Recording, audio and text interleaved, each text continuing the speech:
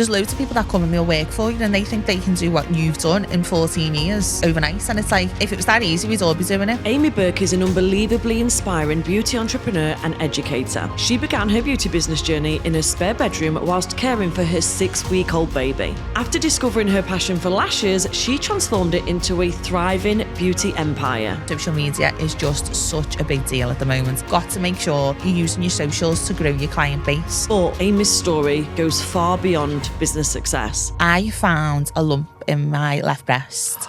So she said, and I can confirm that my concerns have been met and it is cancer. Oh, Amy. But let me tell you, when your back's against the wall, it's surprising what you're capable of. After facing a life-changing cancer diagnosis, she continued to show incredible determination. Amy continued to run her successful salon whilst inspiring others to chase their dreams. In this episode, Amy shares the incredible highs and the darkest of lows. What is it that makes you still want to thrive in your business, still want to push forward, still want to be successful? Do you know what I think it is?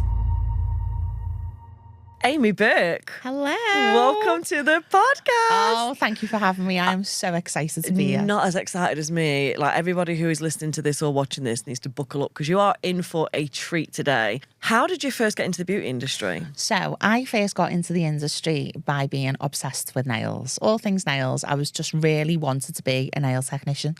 And that then led me to join Liverpool Community College, and I enrolled on a nail course there, which I actually done for 3 whole years, which I can't believe I actually still have for 3 years. I was like... It's a long time for just nails. It is just nails. But then alongside that, I did do lashes. I'd done a private course for lashes. I'd done spray tanning. And then that sort of grew my very own... I worked at home doing all those things from the spare bedroom because my daughter, she was 6 weeks old when I actually enrolled in college. Wow. So because I knew I had Daisy at home, I was like, right, I need to be able to work from home and make sure it works around here. Right. So when you finished college then, what did you do next? So once I finished college, whilst I was actually in college, I was so determined to grow a client base quickly. Right. I was like, right, I've got a spare bedroom at home. What can I do?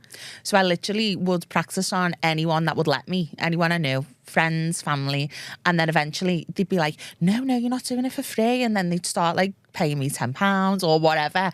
And then it just sort of went from there. Right. And I was like, I've got my own little like in-house like beauty salon. I love that. And was you doing this at home for a long time, or did you then move on into a salon? How did your kind of career progress? So what I was doing whilst I was actually pregnant with Daisy, I was doing my driving test. Now, this will make you laugh. I took 7 driving tests. Now, you wouldn't dream. Someone as clever as me, at least you wouldn't need to take 7. Was you nervous? I think it was me nerves because I was pregnant. Yeah. So I literally passed it just after, I think Daisy was about 3 months old and I finally passed it. So then I was like, right, I'm going to go mobile because there was a big calling for mobile then. So it just felt right for me to do that. And what was you offering? What treatments at this point? I offered nails, so it was like shellac, acrylics, everything to do with nails. It was spray tanning and lashes. So that all together, I'd be in like one person's house. Everyone come round and I'd be there for like hours on it. So you had a really good kind of positive experience when it come to doing mobile. To start then? out, yeah. I loved it. I couldn't fault it. Absolutely loved it. The only reason I stopped it was because my client base grew that big. I needed them to come to me. I couldn't get round to everyone. What sort of things did you do to get clients when you was mobile? Do you know, if I'm honest, Alicia, my client, I always get asked this question, how did you grow your client base? Because I've got a massive returning client base. But you know what? I've just been me. I've been authentic. And I have a laugh with everyone wherever I go. And they've always been like, get her around, she's hilarious or whatever. And then coming to the salon, it was that type of environment and that atmosphere that everyone loved it. Yeah. So they'd always keep coming back. Yeah. But the very first salon I worked in, it was actually my cousins. And she's like me. We're like sisters, we're not like cousins. But she was like, wouldn't you just rent the bed here? And I was like, do you know what? She had a nail desk and a bed. And I thought, do you know what, I could? And she literally wanted like nothing from me. She was like, just try it and see what you think. So I did, and it was the funniest time in the world. It was like I've got the best memories from that salon. And is that where Lash Me Lovely was born, or was this later on? When I think about Lash Me Lovely, someone asked me the other day, how does I come up with the name Lash Me Lovely? Yeah, I like it though. I love it. Yeah. But like sometimes you'll get like a taxi driver come and drop someone off at the salon and they'll be like, Lash Me Lovely. And it's like, yeah. It's like, and what? You're in Liverpool, what do they expect? Exactly, this is it. So I was just like, but I had my first Instagram I started was called Nail Glamour because it was just all about nails. And then when I realised how much I loved doing lashes, I just sort of fell out of love with nails. So then I changed my Instagram name to Lash Me Lovely and it literally grew from there. Right. And I was like, and then it just become more and more lash like related. And then I ended up obviously creating my own lash brands and everything. It just all stemmed from. And we'll get into that. Yeah. So at this point you're based in your cousin's salon. Yeah. And you've kind of started dropping the nails off. Yeah. And we're doing just more lashes at this point.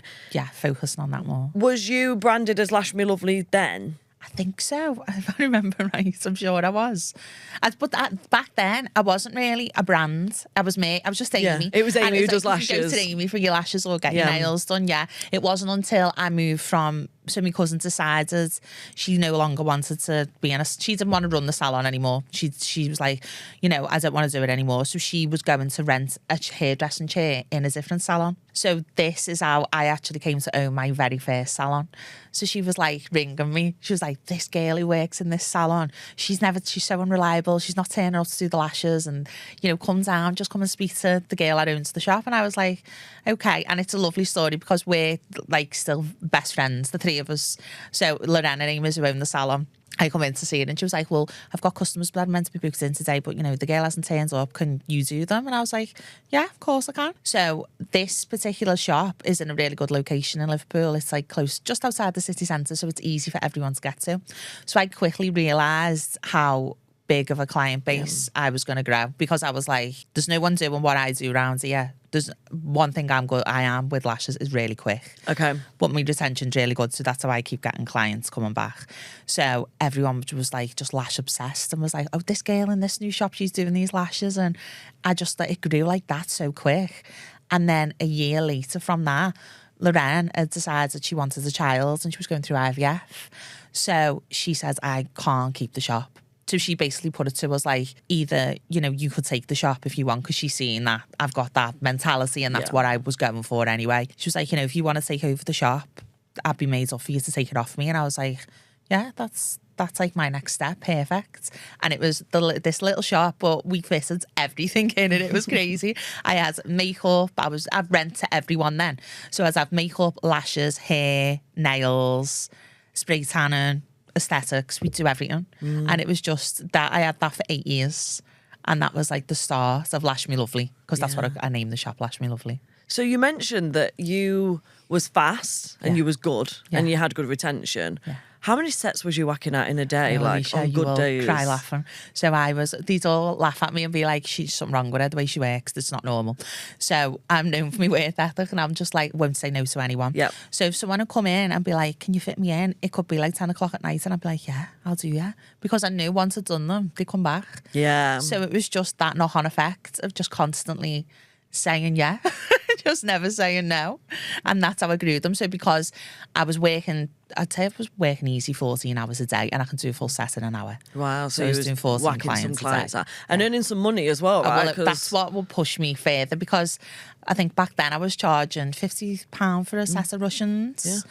But that's like 500, 600, 700 quid a day, isn't it? Yeah. So I was like, Of course you're going to. And then it's like, well, I'll work this every day because this is a lot of money. Yeah. So what do you think helped you get so good and so quick? Was you taking time out to invest it in yourself? Like, was you just practicing? Do you know what I think it was? It was the love for lashing. Yeah. I just loved doing it. And I always wanted every set to be better than the last set that I did. So I'd be like, what can I do to improve it? And I'd go on the internet. Back then, social media was not the same. So there wasn't as much free like education and knowledge that there is. You can go on TikTok now and just type it in and it comes up, doesn't it?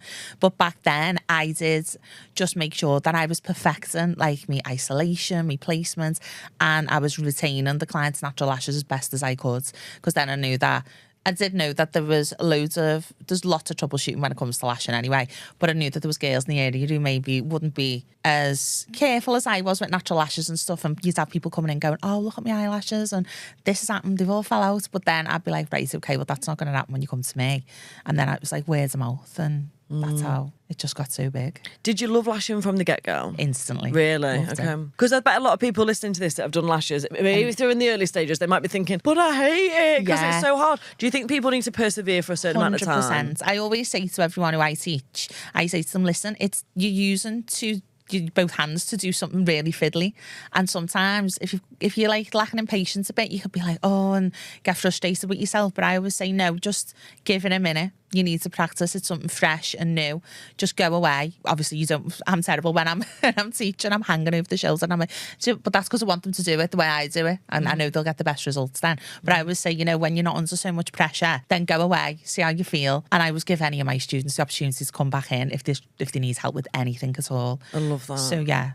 Okay, cool. We're going to move on into like your training and your branding, but I want to keep digging a little bit into your salon. So the first salon, you've got loads of girls coming in. You've had this for 8 years. What was the next step then for you? So I realised quickly that I'd grown out of that building. It was just too small. But not only that, the landlady, wow. It was COVID, and during COVID, obviously, it was all up the wall, wasn't it? We didn't know whether we were coming or going.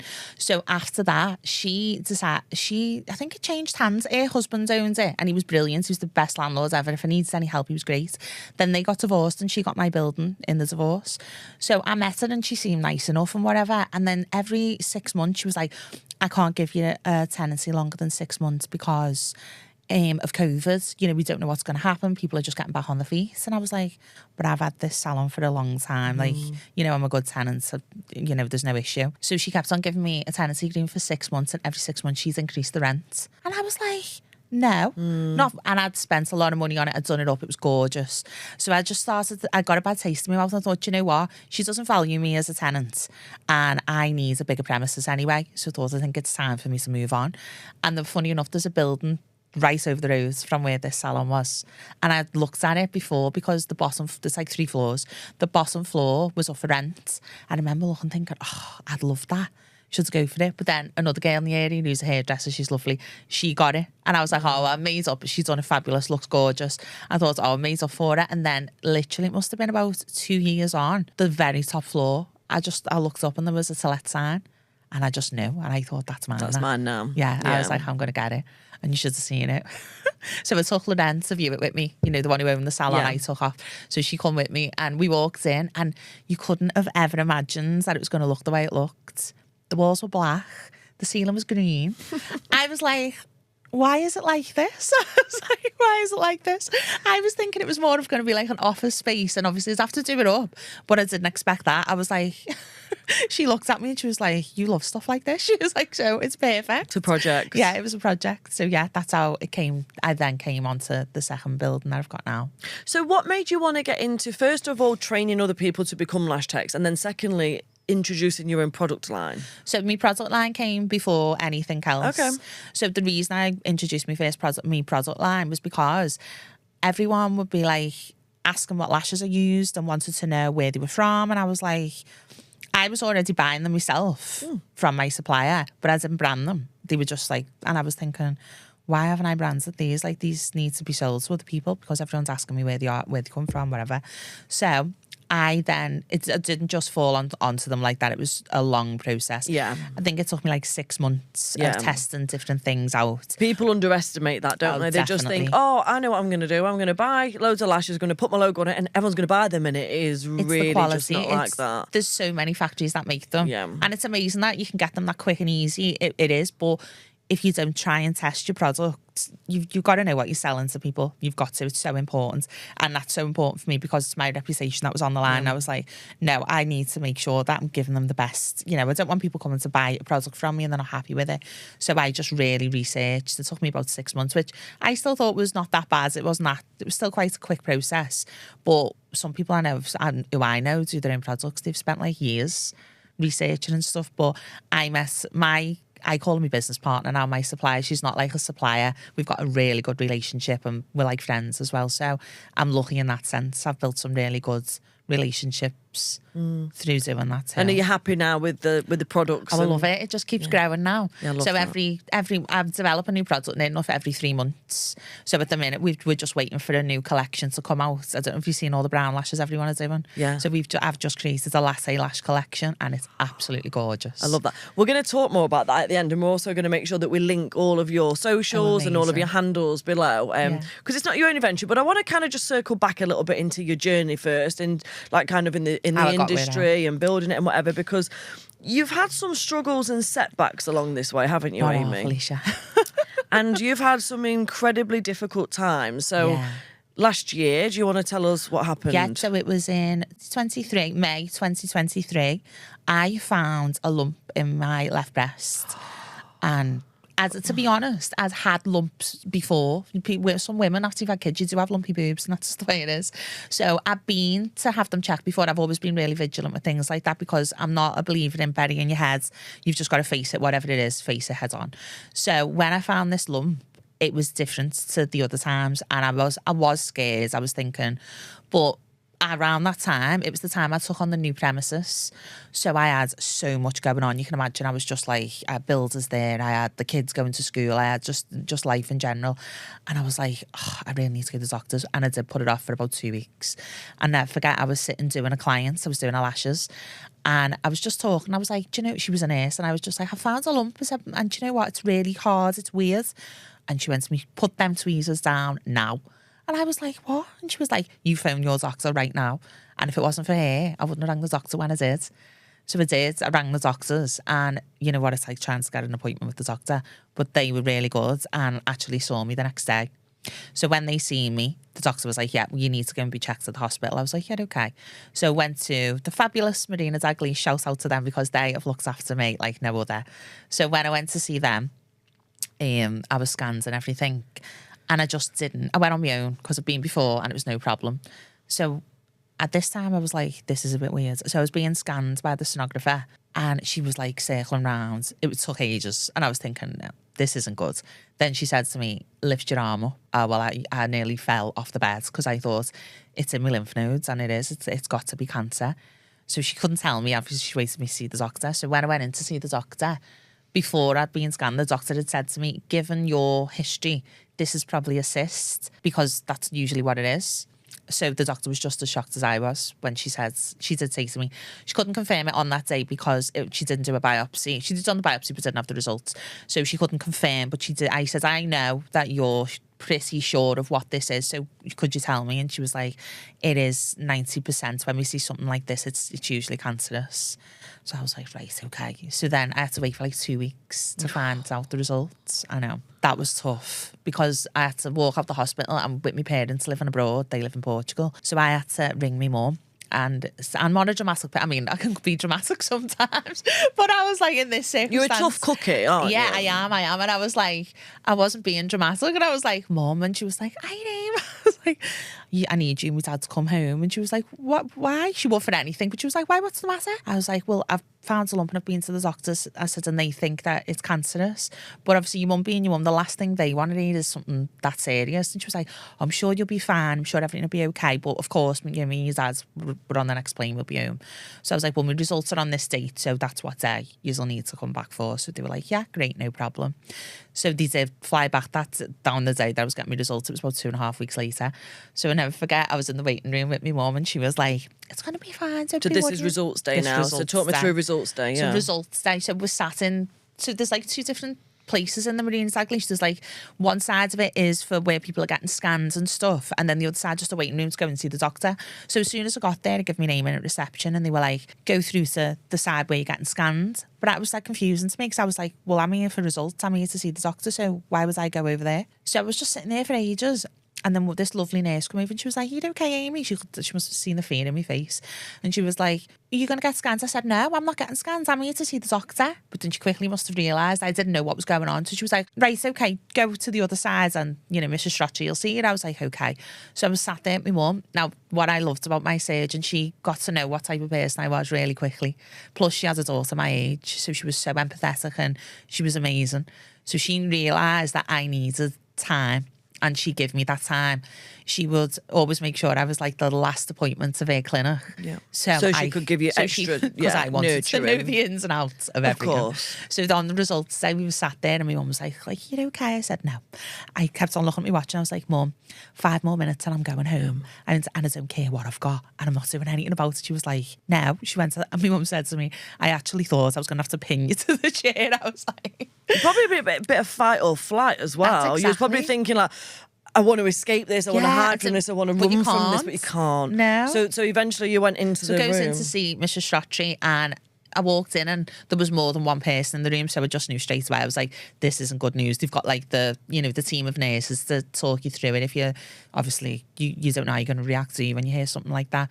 But I was really good when I'd already come to terms with it. I knew what they were going to tell me.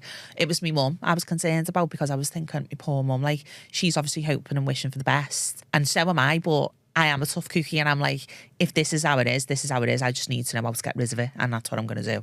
So when she told me, I just very calm. How did she tell you? She just said to me, she said, right, to Amy, last time you were here, we did speak about what we did have concerns that it could be cancerous because that's what it looked like. So she said, and I can confirm that my concerns have been met and it is cancer. So first thing I was like, oh, Amy. what stage is it? What is it? Oh, it was awful. And you've got 2 kids. Two What kids. was you thinking about? Instantly, I was just like, Daisy and Oscar. And I was like, what are they going to do? I was like, no. But instantly, I was like, no. It's not going to beat me. It's not going to do... This is not going to change who I am all my life. It's not going to change anything. So I was like, no.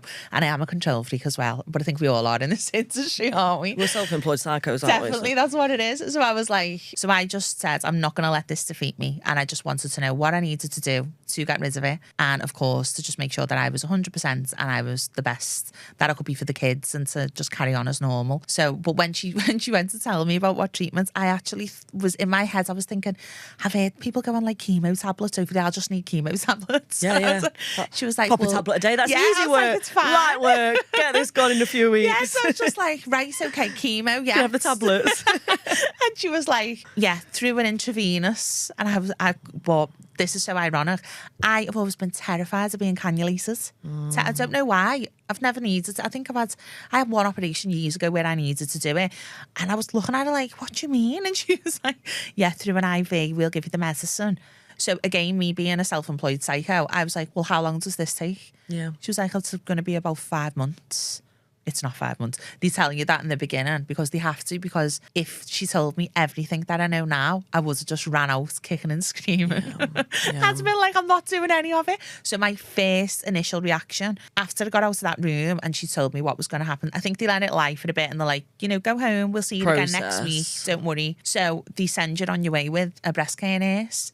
This poor breast care nurse wasn't equipped to deal with someone like me. I felt so sorry for her. I thought, this poor woman, they had to change my breast care nurse because they knew. They must have thought, no, she's not up for that job. She is, yeah.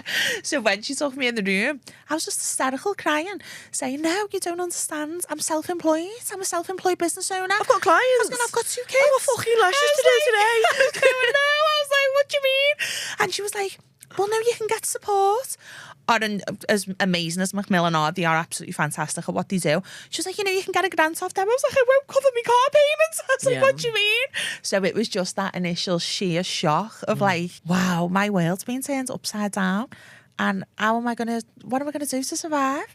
But let me tell you, when your back's against the wall, it's surprising what you're capable of. And that's one thing I am really proud of myself for, because but I've done it with grace and dignity. My mum and dad, I think, were prepared for like me to just be like an absolute psycho. And I was like, my mum says to me now, she's like, I'm just so proud of the way you've dealt with it. And I'm like, but there's no other option really. You've just got to get better and make sure that you are putting yourself first. That's what I've learned throughout it all.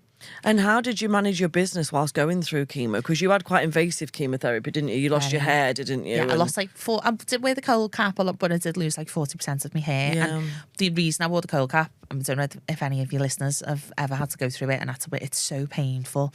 It's not a nice experience, but I was just determined. I think in our industry, we all present ourselves so well and we always look gorgeous, don't we? And try. got your makeup on and whatever. If you can make sure that you look well, you'll feel well, and then that's going to really help obviously your recovery and getting through the treatment. So I was just adamant that I wouldn't lose my hair, and I was like, I'm not losing it. Literally after I was scragged back in a bun for like 6 months, you can't wash it, well, you can wash it one day a week, and in the end I was like, what is the point? So I was having to like slick it back, and I forgot one day my son, he was in the passenger seat of the car, and after school I think I'd like took him to McDonald's, and I'd had the sunroof open, so the sun was beaming down on my head, and obviously with me being dark, he was like tapping me on my shoulder, and he was like, Mum, I was like, what? He said, I think you've got a bald patch. I was like, and Daisy's in the back going, she hasn't. I was like, oh, that's me crown, it's gone. Like, oh, Boys no. are savage, aren't they? Say what you see, mate. But I thought, you know what, it is what it is. I'm here and it's fine. But yet, so with the business side of things, to keep that running, it was weirdly, it made me more determined. It made me, I think because I've worked so hard to get where I was at, and then I just took this new building on, which was triple the size of my old building. And there was more overheads. I had more wages to pay. I had two employed staff at the time. And again, that really scared me, because I was like, I've got people that depend on me. I was like, I can't. So it was just terrifying. But then I had great staff. Neve, I've got to give a little shout out to our Neve. Neve's been with me since she was 18. Oh, how old is she now? She's 22 now. Wow. And she's just gone self-employed. Oh, so well I'm really done, proud Neve. of her. Congratulations, Neve. Well done, yeah, she smashed it. She'll be on the pod in a couple of years. She's done fantastic. So because without her, I don't know what it was done. She was absolutely a godsend. She's fantastic. I knew that I could leave the salon, it'd be fine. She treats everyone the way I treat them.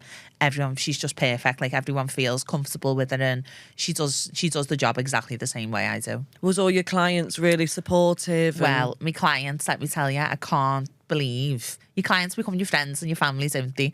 But the support, I literally, the next day, after I put it out on Instagram, because I wanted to share it, because obviously having such a big client base full of young girls, it was important that I shared it, because I didn't want it to affect anyone else the way it was affecting me. And if it could be stopped early or whatever, I just thought, no, this is going to help people. And I think that I honestly do believe that that's why it happened to me as well, because it's given me purpose too. So I do think that. So the day I put it out on Instagram, I went to the salon the next day. The whole front room, my lash room was just filled with flowers. And honest to God, I just felt so lucky that I had that support. And I was like, I want to cry. Oh no, it was so overwhelming. And I was like, I couldn't believe it. I was like, I love you to bits. I know we all love each other. But I was like, I can't believe the amount of support I've had. And everyone was just coming in, checking on me and just making sure that I was okay. So it's been incredible. A really heartwarming experience.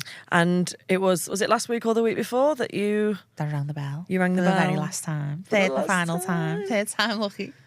So you are now cancer free? Yeah, completely cancer free. What tips would you give to women who need to check the areas? What is your advice? Because there's a message here, isn't there? Of course there is, yeah. It's so important. You've got to be so vigilant. Any changes that you may see or you may think are different, it doesn't have to be a lump. It could be a shadow. It could just be a pain. It could be anything from your elbow moving up to your arm, under your arms. These are all the places you need to check. If anyone is ever unsure, go on to Copperfield, because they are absolutely amazing. All the information that they provide on how to check your breast and make sure that, you know, you are being vigilant. And you only have to do it once a month. You don't have to be a psycho and be like doing it every 5 minutes. You should do it every once a month around the time that you have your periods. And usually that'll give you an indication if you were to find anything. But if you were, another message that's important is that the treatment nowadays is absolutely incredible, and you don't need to be, I mean, it's stupid for me to say don't be scared because it's scary, but it's not the end of anything. People hear the word cancer and think that that's it and you're done.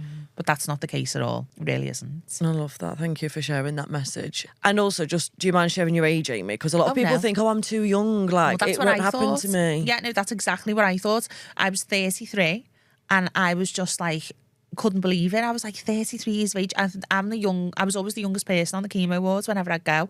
So it's so important. And since me sharing everything I've shared, there's been girls that I've spoken to are as young as 28. So it's really important. Just because you're young, it doesn't mean it can't happen to you, because it definitely can. And unfortunately, it now affects 1 in 2 people and not 1 in 8. So, and that's been just in the last 12 months that statistic has changed. So it's so important. Just be vigilant, because we want you all to live forever, don't we? So we've just got to be really brave. Thank you for sharing that part of your story, thank you because for letting me. You know what? Sometimes we wake up and we think, I'm having a bad day. And then you speak to someone like you and you're like, no, I'm just an absolute moron and I'm fine. Everything's fine. I go to the gym every day. That was one thing that helped me. But I've learned that from you as well, from you saying, just get up and go and do, even if you go swimming for 20 minutes, it just changes your mindset massively, yeah. So I just made sure that even if I did feel really unwell or whatever, I'd just go on the treadmill for 20 minutes and at least I felt like I'd done something. So because I've done that not helped me recover quicker, but it helped me with my treatment too. So that's really important too. And some days my friend's like, I can't bother going to the gym. And then I think of you and I think I've got to go to the gym. She was going to the gym when she was getting chemo. My brother did that too. My brother, when he was having chemo, he did that. Unfortunately for my brother, and I don't want to scare people, but he didn't find his cancer until it was stage 4. That's the thing. And it was in his shoulder and it was a very rare sarcoma cancer, which is quite an aggressive cancer. And, he did lose his battle, which is why it's even more important. He thought he had a gym injury, a shoulder injury from the gym. Yeah, it can feel like muscular pain. Let it go, to the point where he went to the doctors and they said, put your arm up, and he couldn't get it up. This is it, yeah. And so obviously he wasn't quite as intuitive as what he could have, should have been. When you're fit and healthy and young, though, you don't think that it would happen to you. Built like a brick shit house. Do you know what I mean? It was just wild. But yeah, we've got to be really, like you say, vigilant, but also there's a line between obsessive and vigilant, and it's definitely just crazy world we live in. So let's move on then. So not moving on, but it's a great part of your story, isn't it? Like when we talk about struggles and setbacks in your business, like you've absolutely had them. What is it that makes you still want to thrive in your business, still want to push forward, still want to be successful, still want to see your clients? Like, what is it about this industry and about your business that kind of makes you keep going? Do you know what I think it is? It's the community that we're all in. I think it's an amazing industry to be a part of. And whilst you do hear people saying, the beauty industry is bitchy, that hasn't been my experience at all. I've just found it to be a super supportive community. But not only that, through my business particularly, I've been able to bring others into the beauty industry through my work, and that is so rewarding. And not only that, I'm helping like single mums who feel, some women you speak to and they feel like they can't do what you've done just because they're like a single mum on their own. But I was. And it's like, no, you can do it. And I think me, by leading an example, I love that it inspires other people and they think, well, if she can do it, so can I. And I just love helping others. I really do. I think it's been my calling to just share everything I've been through. I am an open book, and you'll see that on my socials. I'm not too shy to like explain anything that I've been through or whatever. But when it comes to being able to share my knowledge and provide the education to others that can then help them go on to build 6-figure businesses, it's amazing. And I just think, it's very rewarding. You know that because that's what you're doing as well. Yeah. Tell me about your training then. What do you train in, and is it people absolute beginners? Tell me more about your training side of things, because someone might be listening to this thinking, I want her to teach me. Yeah, so definitely. What do you teach? So it's just lashes. Just lashes. That's another thing I'm super proud to be able to say. It's solely lashes. You are an expert in lashes. That is what I'm expert in, yeah. And it is I just love it. Anyone can train with me. You don't have to be a beginner, but obviously I do train all beginners. I specialise in so many different things. Like there's bottom lashes, there's courses that you wouldn't even know you needed to do. But yeah, it's all online that you can, and I'm just currently building it online now as well, because I've had so many people contact me lately saying, I'm too far away to come and train with you. Is it possible for me to do the training online? So that's something that I'm currently building at the moment. But yeah, we start from beginners, people who've been qualified for years. Some people sometimes feel like they're not confident enough. Yeah. So they'll come to you just for tips and tricks. They want to learn your techniques. I teach advanced techniques as well. So it could be someone who's been qualified for like up to 10 years. They might feel like they're a bit rusty and they want to come back and learn something new. So there's just loads of different things that I offer. And to be honest, one of my most popular courses is a tailored course. So if you feel like there's loads of things that you need to brush up on, you can just let me know what it is you want to learn, and that's what I'll do. And they can come to you in person as well. It's face-to-face training at the moment. Yeah, but you're doing online too. Will be available. I think as well, do you know what? When people say like, I really want to train with you, but it's 3 hours away, I'm like, see, I'd get in the car and I fucking would. I'd walk. Yeah, okay. I'd be like, if this means it's going to improve my business, I'm doing it. When I do events, sometimes people message me like, and I do them in Chesterfield most of the time because it's convenient for me. Sound check, mic check, all that stuff is just more convenient at the moment. We haven't got the production side of everything nailed off, so we can move further out. And had a message last time off someone saying, "Oh, can you come to Leeds next time?" I'm like, "No, can you come to me?" Yeah. It's 45 minutes or an hour away. It's a business trip, so you're going to get your train ticket paid or your fuel paid, or if you get a hotel up. So if someone comes up to you, they can get every other expenses. The business can pay for it. So yeah, it's one of them things. Like unless you are literally in another country, in which again, it's not really an excuse. So I'm going on. I've seen people come to your events. Yeah, from fucking other countries, and I'm going on a mastermind in Austria in January for 5 days with someone who I'm part of her mastermind, and it's like, listen, you've got to be willing to do it. Of course. So yeah, but you've got to be willing to do what others won't. Exactly, and that is the whole. That's the whole point of it. And another thing that I want to say is, like, for people who are already qualified in lashes, if it's taking them 2 hours still to do a full set, or an hour and a half to do a full set, it makes sense to invest, to go and learn how to get it done in an hour or shorter time, so you can either finish work early, go live your life, or get more clients in and earn more money. 100%. That's one thing I'm big on whenever I teach everyone, because my lash brand as well, it's pre-fan lashes that I use, and there's a stigma around that, isn't there? So people are like, oh, well, I only want handmade, which I take my ass off to every handmade lash tech. I can make handmade fans. But there's no medal for doing half the clients in the day. Exactly. There's no medal for earning less money, you know. Exactly. If you've got retention, good quality results and retention, you've got it nailed.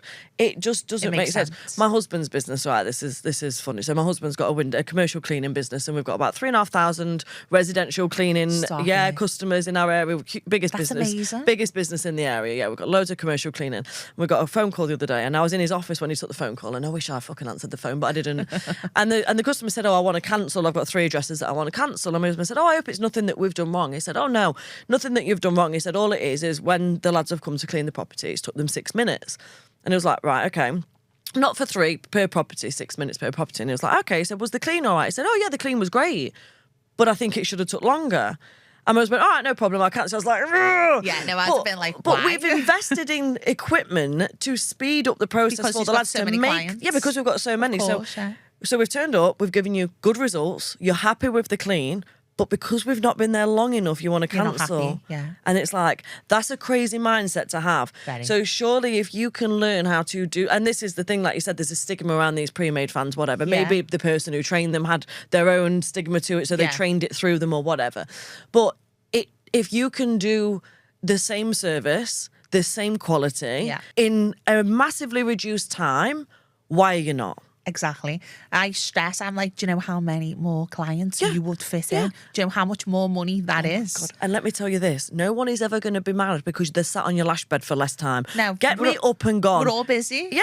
I want if I can be gone in an hour on a full set, you're done. Get me out. Lovely to see you, babe. I always say that your ideal client is probably a busy working mum. Yeah. She doesn't want to lie in the bed for 3 hours. Of course you don't. She wants to be up and out. It's not one of those treatments like when you do facials, okay, right, if they're going to cut your facial time in half or your massage time in half, and you're going to pay the same. Yeah, you're going to be pissed off. Yeah, it's an issue, isn't it? Yeah. Unfortunately, they can't get away with doing it like that. But when you laid on the bed with your eyes closed and you can't do anything productive at the same time, and it's not really that relaxing. I mean, it's nice to catch up, but I will be honest, I absolutely hate it. Yeah, I can't stand it. But I love the outcome. 100%. It's worth it for the outcome. I look like a potato if I've not got lashes on, literally. So yeah, no, I totally get that. Let's just go into a couple of things that I want to talk about before we go into your product line. So for the people that are listening now, what would your top 3 tips be for getting new clients or growing your client base? My top 3 tips. Okay, so the first tip is be yourself. Authenticity is key.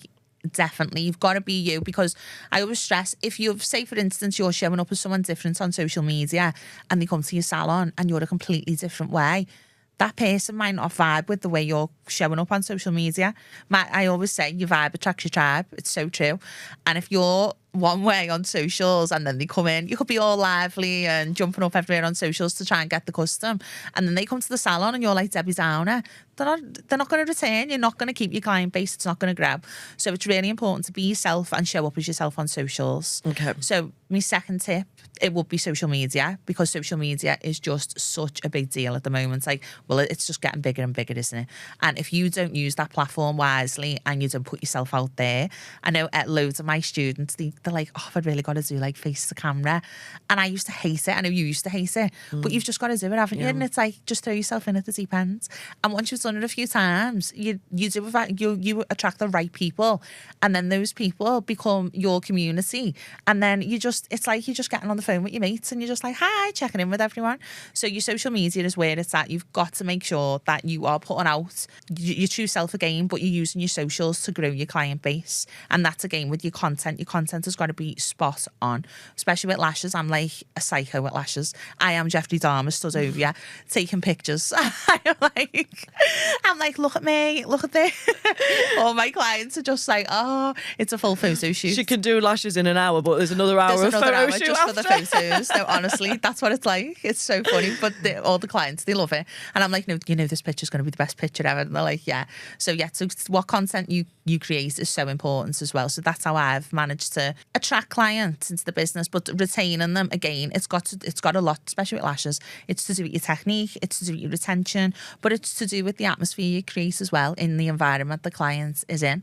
My salon's known for just having a really nice, lovely, fun, happy environment, and it's not like going to work, is it? No. I love it. I am dead lucky. I always every day I wake up and I just think, I can't believe this is like my job. Yeah, no, I agree. Was that 2 and 3, or was that just 2? Was that 2, 3? I don't know. It was like probably give you 5. So you definitely could. So you would say the environment as well. So making sure that environment's the third. Your environment's really important. You've got to make sure that people feel comfortable, especially when they're getting a treatment like lashes, because like you say, they're lying there with their eyes closed. They don't know what's going on around them. The last thing you want is like, I don't know, God knows, airplanes flying over your head or whatever could happen. Well, my sister, she does lashes, and she says to her clients, right, do you want to listen to a podcast, do you want to listen to music, or do you want to chat? Or do you just want to go to sleep? And then they'll say it because she listens to podcasts and stuff, so they'll put like Nip Tuck on, or do you know what I mean? And then they'll have fun, they'll talk about what they're talking about. They look forward to their appointment then, don't they? And it's like, that's their little bit of time, because as I said before, we're all busy, we're all, you know, we've all got things going on. So that little hour where you're going to get your lash and fill, it's nice and relaxing. You look forward to it. And again, that retains your clients, and I bet you she's got a huge client base because that's the way she does it. Yeah, exactly. Tell me about your product brand then, and what products that you're currently offering, what's your favourite product, and where people can find out more about that. Right, so you can find out more about all of my lash products at lashmelovely.co. It is just .co. People are like, you sure it's not .com? No, it's just .co. Yeah, that is a thing. So it's www.lashmelovely.co. So we have got a full range of pre-fan lashes. My favourite pre-fans are our 7Z lashes. They're the best sellers. They are just like amazing. Create the most unbelievable Russian volume sets that you've ever seen. They're fabulous. And again, there's what keeps you, it's your products you use to with your retention and everything. So they are perfect for great retention and just creating the best looks. And at the moment, I am currently creating a fabulous brown lash range, and it's actually called Latte Lashes. Love that. So because obviously it's winter, and I was like, even in the summer they've been really popular, but I was thinking, do you know what, I'll launch these in the winter because it just feels right, because we're all cozy, aren't we, and sat with the Starbucks half the time. So yeah, throw a Latte Lash on. Okay, amazing. We'll make sure that you check that out below. I want to ask you, Amy, I'm going to ask you this in two scenarios, okay? If you could go back in time to when you was at college, what advice would you give to yourself? Enjoy the journey and be patient with yourself, because what I always find I was doing, I'd always want to be at the next step. It's always new level, new devil, isn't it? All the time, no matter where you get. So when I was very first starting out, I knew I always wanted a salon. I knew what I wanted. But wow, it took me like 14 years to get there. And I just wish that when I was younger and in college, I'd enjoyed more of the journey than just being so determined to get to the destination. Because before you know it, you've blinked and you're there. And it's like, did I enjoy it? Could I have enjoyed it more? And you definitely can. So yeah, so be patient with yourself as well, because everything does take time. It does not move overnight. Do you think people underestimate how long it takes to build a client base in this industry? 1,000,000%. Do you know how many people I've had who've worked for me? There's loads of people that come and they'll work for you, and they think they can do what you've done in 14 years overnight. And it's like, if it was that easy, we'd all be doing it, but that's not the case. So yeah, you've got to, if this is really what you want to do, you've got to be willing for this to take years. It's not going to happen overnight. I mean, if you put your all into it and you give 100%, I am one to believe that you can get there quicker. I agree. You've just got to really work at it. But you've got to really work at it. People underestimate that side of it. It's like getting up at 5 a.m. in the morning. Yeah, and just getting on it. Just a game changer for me. Yeah. You've got to be up at 5. You've got to have half your day done by 9 a.m. Yeah. If you want to succeed. Yeah, well, you've got to do the things out of the hours that are going to move the needle on the business, because you're not moving the needle on the business when you're doing lashes or when you're doing treatments. You're not. You're that's what basically... I've had to come to terms with, and my customers have as well. Yeah. Because I was like, you know how much I love you. So when Neve went self-employed, she's basically took the client base, the majority of the client base, because I want to concentrate more on teaching, and that's what I'm doing more of at the moment. Yeah. Well, you've earned your stripes, haven't you? That's do you know what I mean? So you can teach the people. Don't get me wrong, I've still got to do Tuesdays because I couldn't say that's it, because there'd be absolute uproar. Everyone around me's all like, hello. So yeah. And then going back to, if you could go back in time to the day when you got your diagnosis, what would you tell yourself now? I'd tell myself that I'm stronger than what I thought I was. I knew I was strong, but I didn't realise what I was capable of. But I know now. And I honestly could do anything. And I do know that. And I just look and think, not the things that I used to think were an issue don't even bother me anymore. It's like, no. I was going to say, how has it changed? How was the obviously the cancer diagnosis and getting over cancer, how has it changed your perspective on life and business? Huge. Do you know what? The way it's impacted my business in such a positive way, it's because I don't sweat the small stuff anymore. And you know what it's like when you first starting out, or it's because you're so passionate about your business and you love it so much, any little thing that could like affect it or hurt it, you get upset about it, and you're like, but then I'd sort of let that, I'd tell one client, then I'd tell the next client, then I'd tell the next person, and that just then can create like negative momentum, and it's like, what are you doing? And I've learned through getting sick and having to still run the business, it was like, it sort of put everything in a box as to what was important and what wasn't. So that's the way it's definitely been a positive experience for me. As like deadly and scary as it was, of course, it was definitely a positive thing to happen in my life, definitely. And not only that, one of my clients, she's absolutely fabulous. She won't mind me mentioning this either. Just after I'd spoken about my diagnosis, she was diagnosed 2 months later, and again, because she caught it really early, she's absolutely fine, and she's finished the treatment, and she's going on about her business, living her best life. So, and you've helped her with that, yeah. And I'm glad that I've been able to. Yeah. And that's why it's so important I think it's important for any of us, for all the other business owners that are, like, you know, listening today. If you're going through struggles and things like that, it's important to share it, because you don't know who you're helping. And that's one thing that I know is really, really important, because sometimes you can feel like you're on your own, but you're not. There's someone that's always going through something similar or maybe something worse. Yeah. You are a prime example of that whole outlook on things are happening for me, not 100%, to me. 100%. That's the way I view everything. No matter what, I'll always say, no, this has happened for a reason, and I'll take whatever I can from it. Wow. So that's incredibly inspiring. Are you open to people dropping you messages after this podcast? 100%. And my DMs are open for everyone. I absolutely love getting a DM. And if anyone's struggling with anything to do with breast cancer or anything like that, I'm always happy to help wherever I can. So lovely. I can't wait. I said to you before we started recording, like, I really want you to speak at my next event. Oh, I'd love that, Alicia. Just to be able to come on stage, because it's. I mean, I did get you on stage once. She did. Oh no, that was terrifying.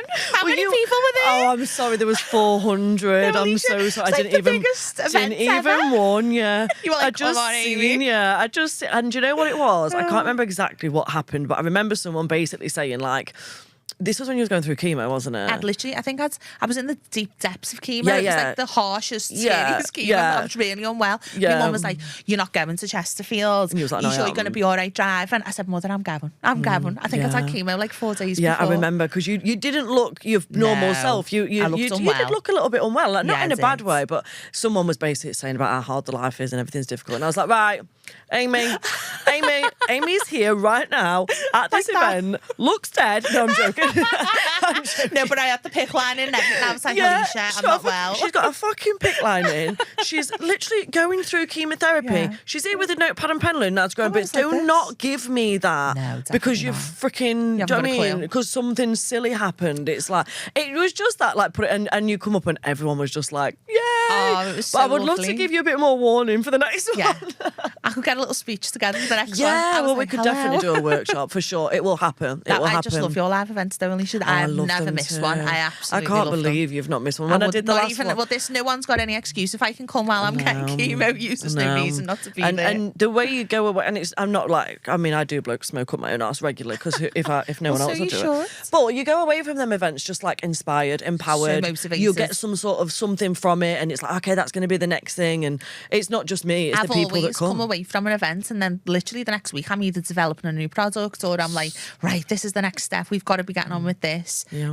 They are the most inspiring, amazing events. I love them. I'm going to try and do more. But I've put them out there to keep selling out. And I'm like, okay, I need to maybe dupe me. Well, you did say you wanted to be like Tony Robbins. I know, I did. Oh, I've got no doubt about it. I'm going to fill a stadium. I've got no doubt about it. We're going to do it together, baby. Oh, I'd love it. I'd be amazing. I would as well. Just quickly before we wrap this podcast episode up, I remember you said to me again before we started recording, before you joined the Beauty Growth Academy in lockdown, I think it was lockdown, wasn't it? You never knew about mindset work or anything like that. No. How has mindset work helped you in your business, in your life, and through the last year or so? More than anything else. It's been more beneficial to me than absolutely anything. When I think back to before I actually started on my mindset, I think I actually had a bit of a negative mindset.